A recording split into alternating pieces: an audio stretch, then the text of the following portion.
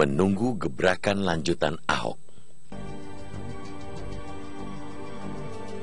Basuki Cahayapurnama mulai kemarin resmi menjadi gubernur ke-14 DKI Jakarta dan akan mengemban tugas hingga 2017. Masih banyak tantangan bakal menghadang. Hadangan nomor satu datang dari amat rumitnya persoalan Jakarta. Sebagai ibu kota negara, pusat ekonomi dan pemerintahan, Jakarta ialah barometer Indonesia dengan seabrek permasalahan yang sangat kompleks dan rumit. Tantangan lainnya datang dari Dewan Perwakilan Rakyat Daerah atau DPRD DKI Jakarta. Untuk melaksanakan semua program, Ahok tentu harus mendapat dukungan dan persetujuan DPRD.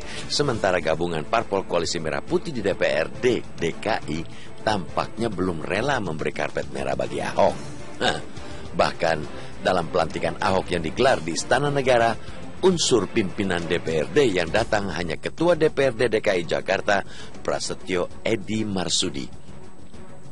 Para wakil Ketua DPRD DKI Jakarta seperti Triwisaksana PKS, Ferial Sofyan Partai Demokrat, dan M. Taufik Gerindra tak terlihat meski termasuk tamu yang diundang dalam pelantikan Ahok.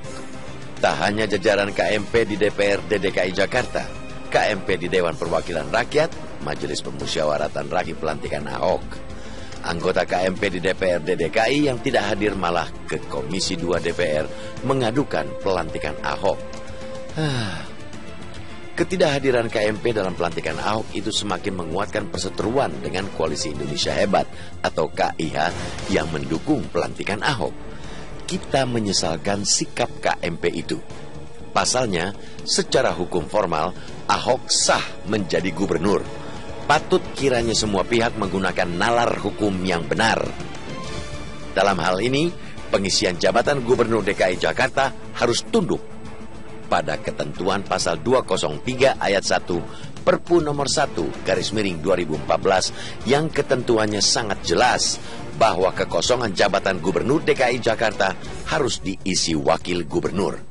Namun, setumpuk tantangan tersebut tentu tak boleh membuat Ahok surut. Rakyat Jakarta yang memilihnya secara demokratis saat berpasangan dengan Jokowi pada 2012 menganggapnya mampu menyelesaikan semua tantangan itu. Pun, Ahok tak perlu ragu karena pemerintahan pusat mendukungnya penuh. Dengan berbekal dukungan rakyat dan pemerintahan pusat itu, tidak ada alasan bagi Ahok untuk tidak menjalankan berbagai program demi rakyat Jakarta. Memang masih ada organisasi masyarakat yang menolak Ahok menjadi gubernur. Masih ada pula anggota DPRD yang mempersoalkan pelantikannya. Kita berharap mereka segera bisa menerima Ahok. Toh, dari sisi legitimasi, hukum Ahok sah menjabat gubernur DKI. Sudah saatnya seluruh rakyat Jakarta dan Pemprov DKI bergerak bersama membangun ibu kota. Di sisi lain, kita berharap Ahok membuka ruang komunikasi politik dengan mereka.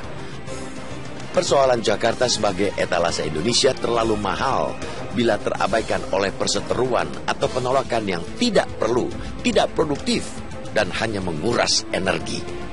Jauh lebih baik bila energi itu disalurkan secara positif dan produktif untuk membangun ibu kota. Mari kita beri kesempatan kepada Ahok untuk berbuat, membenahi Jakarta. Rakyat Jakarta menunggu gebrakan berikutnya dari seorang Ahok.